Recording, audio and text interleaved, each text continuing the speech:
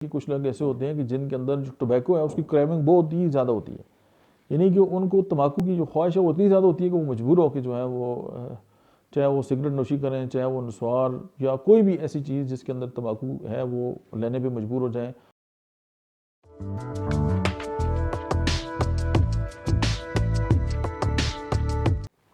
बिस्मिल्लाहिर्रहमानिर्रहीम, अस्सलाम वालेकुम। मेरा नाम डॉक्टर अहमद एजाज है और आज हम बात करेंगे कि कुछ लोग ऐसे होते हैं कि जिनके अंदर जो टोबैको है उसकी क्रेविंग बहुत ही ज़्यादा होती है, यानी कि उनको तम्बाकू की जो ख्वाहिश है वो इतनी ज़्यादा होती है कि वो मजबूर होकर जो है वो चाहे वो सिगरेट नोशी करें, चाहे वो नस्वार या कोई भी ऐसी चीज़ जिसके अंदर तम्बाकू है वो लेने पे मजबूर हो जाएं, और नहीं तो वो टोबैको च्युइंगम जो है वो इस्तेमाल करें। तो उसकी मेडिसिन है डेफनी इंडिका। तो डेफनी इंडिका जो है उसको आप स्टडी करें और फिर आप इसकी इफेक्टिवनेस देखें उन लोगों में जिनको तम्बाकू की ख्वाहिश होती है। तो मुझे उम्मीद है कि आपके बहुत सारे पेशेंट जो हैं उनकी जो क्रेविंग है टोबैको की वो ख़त्म हो जाएगी। Thank you.